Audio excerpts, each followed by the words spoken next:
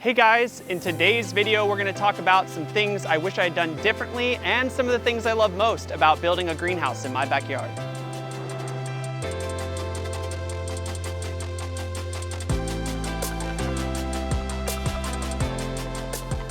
All right, so some things that I wish obviously we had done differently, and I want to start with just leveling the ground.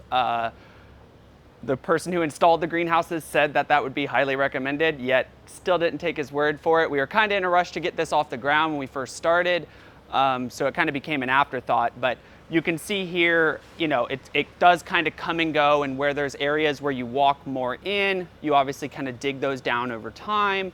The other thing though that leads to number two, which is I should have done a lot better job with the drainage on the property, because I didn't do such a great job on the drainage during the double hurricanes we got last year in 2022. Both times, and we may have some footage of this somewhere, water on the back side of the property, which I thought would flow down to the south end or the left side of the property, as in a previous video that we'll link up here or whatever. That water decided to come straight underneath this back door, and when it did so, it carried a lot of the sand and the dirt it could move with it. So you have some real nice craters currently. You know, this is I call this an ankle breaker. But yeah, so this definitely kind of washed out a lot of it. But overall, I wish I had spent more time to even the ground. Not that it makes a huge difference for me, but it does make walkability, especially when you're holding a tray or a large plant, you can't really see where you're going. Just make it a lot better overall. Another thing I wish I had done differently is we went with smaller benches, which I do really like that we went with these smaller benches. They're 1 foot smaller or skinnier than the ones at our main location are, which is nice. You can water from any one side, the entire bench. There's a lot of advantages to it. The one downside though is we did not concrete these in. Reason being, I didn't know how long we would really have these benches in this configuration. I wanted it not to be such a task to take it out. You could just pull these up fairly easily. The downside is they also sink fairly easily. So if you put too much weight on them, I made a mistake once or twice trying to adjust a basket and kind of stand on it, and they will sink into the Florida sand a lot quicker than you think. So they've actually ended up becoming even lower as time has gone on, which I would have made them a little bit higher. I'm a tall guy, 6'3", would have been a little bit easier if they were a little bit taller. But that's also why one of the better moves we made was definitely keeping the benches on the right side of the greenhouse all temporary, just on concrete bricks. One, you can adjust the height super easy, add another concrete brick, not that hard. And number two, we've added some of these benches. I mean, this last bench on the back wall here used to be a bunch of larger and taller plants that we've since moved to kind of being in between all the fans. So as we need space, or as maybe I wanted a bench that was lower because the plants are going to be taller, having the flexibility to move those or upgrade them in any way that I wanted to is definitely going to be helpful in the long run. And because we went with the temporary benches on that side, it was a great decision, to put in the overhead watering rather than having it attached to the benches, so that if we ever did decide to pull it up, it's not nearly as difficult to rearrange. It's in some flex tubing that we could move pretty easily. So as I mentioned, I wish I had known how much of this area behind the greenhouses wasn't exactly graded the way I wish it would have. I mentioned that it went under the greenhouse door. Fool me once in Hurricane Ian, right? Ian was the first one? Keep that in there. We have so many hurricanes in the state of Florida, we lose track. But when Hurricane Ian came, I was actually out of town and I saw how bad the flooding had gotten inside. So when we knew the second storm was coming, I intentionally took the tractor and started to make some ditch here to try to drain more water out. It didn't entirely prevent it from flooding the second hurricane, but it did make the situation way better, which gives me a lot of hope that if we do eventually, which we will, come back and regrade this, maybe add some other fill dirt, somebody who knows what they're doing with that kind of thing, that it'd be better than what we had before. And of course, this is how the greenhouse came, but one thing that I would massively do differently is this particular drip wall reservoir. When I was a little kid, the reservoir we had, it was easily the size of a full-sized refrigerator, which meant that you could hold a lot of water And one of the most important things about running a drip wall in the state of Florida is like you're gonna have the high humidity, the high temperatures, you're gonna have a lot of algae, you're gonna have a lot of things wanting to either grow or make their little home there.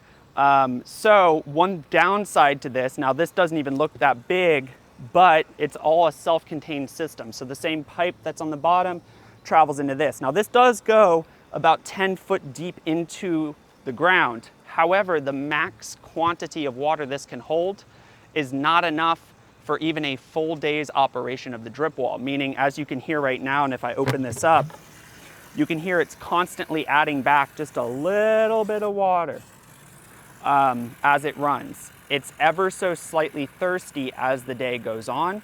And what that really equates to is when you're using up the entire volume of equivalent liquid a day, you can't actually leave a month's worth of fungicide or algicide in the tank at a time. Meaning if this is refreshing itself daily, you would have to be out here with an algicide dose daily in order to completely eradicate the algae in this system. Now, algae is fairly easy to kill, so we do get away with once a week trying to kind of treat it.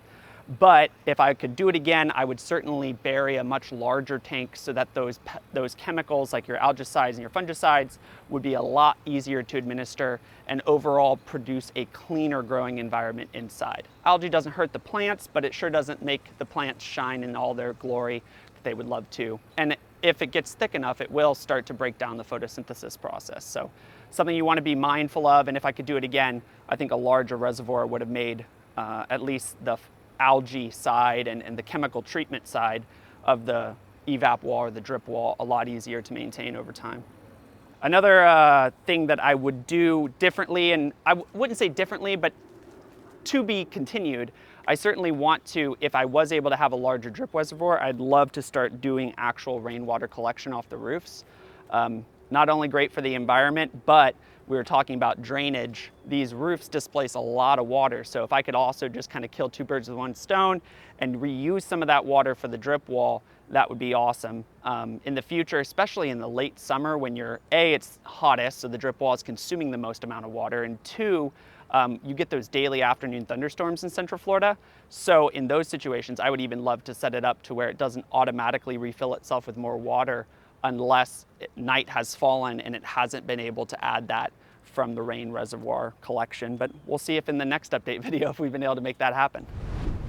One of the better things though I did was installing a sink in here. No joke, your feet can get quite dirty inside the greenhouse, especially when you start watering and you get all that muck on the bottom of your shoes, and you don't really want to have to try.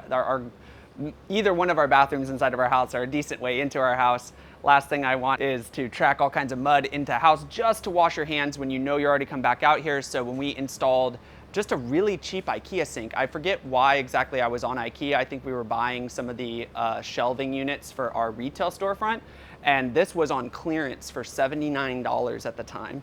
And I was like, I wonder if we can make that work. And it's been a great addition. No hot water, but just the ability to rinse off your hands, especially when you get that pink princess purple on you. It's a great thing to have inside the greenhouse. So one thing I think I mentioned in the previous video was needing to stay on top of the algae. Definitely gonna need algicide for the reservoir of water that's being used for the drip wall. See, I'm learning with you guys. And I have to say that was totally right.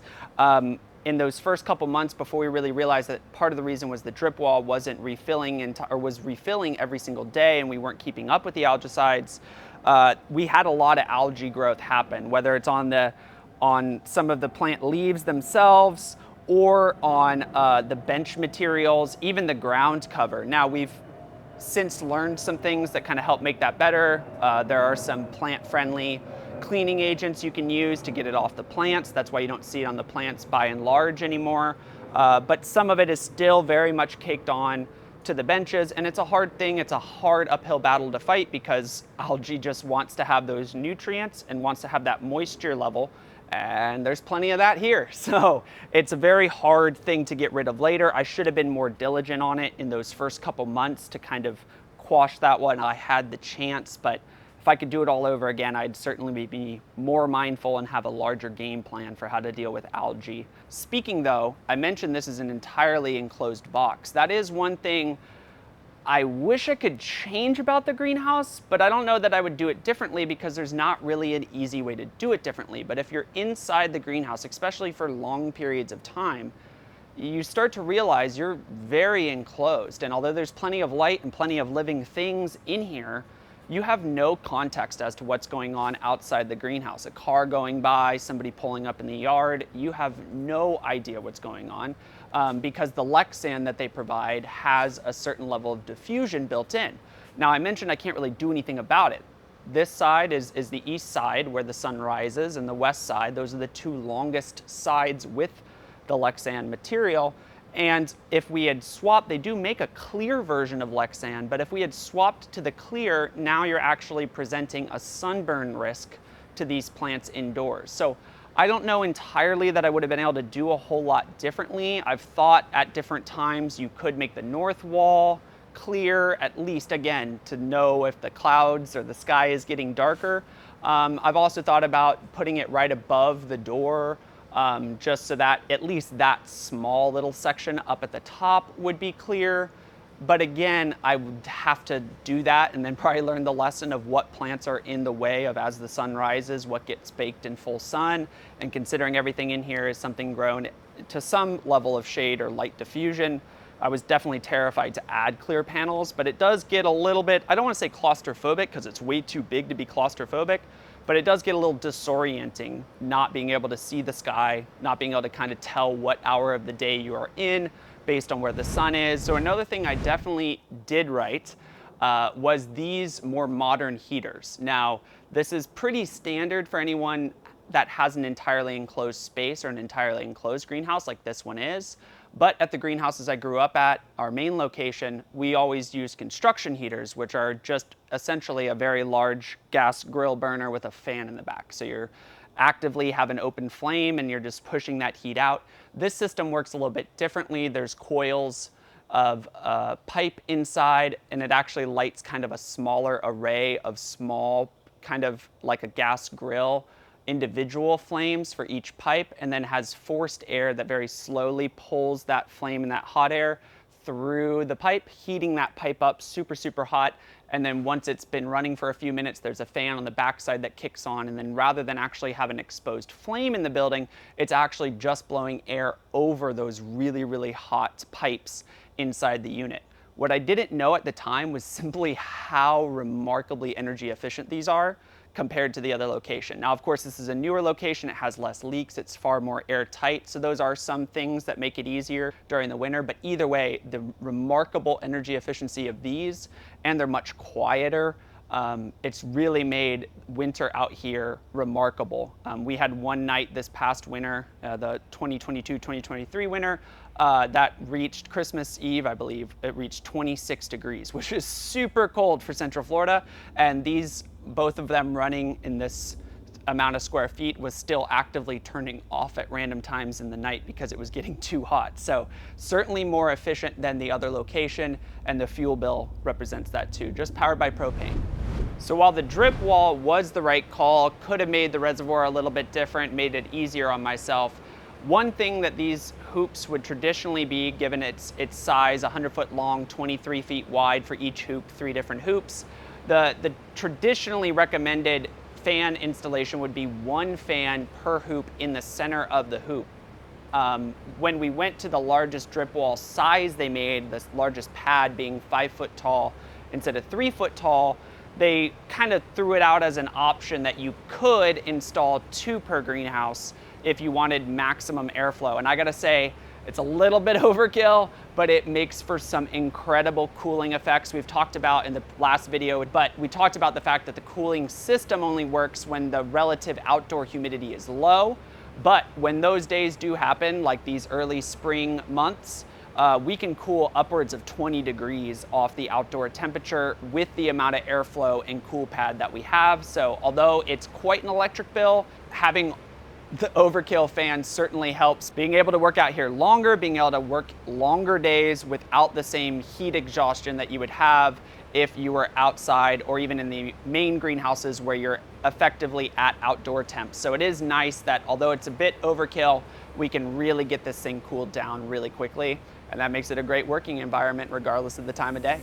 Thank you guys so much for watching this video. Hit the subscribe button, give it a thumbs up, and we'll see you guys next time.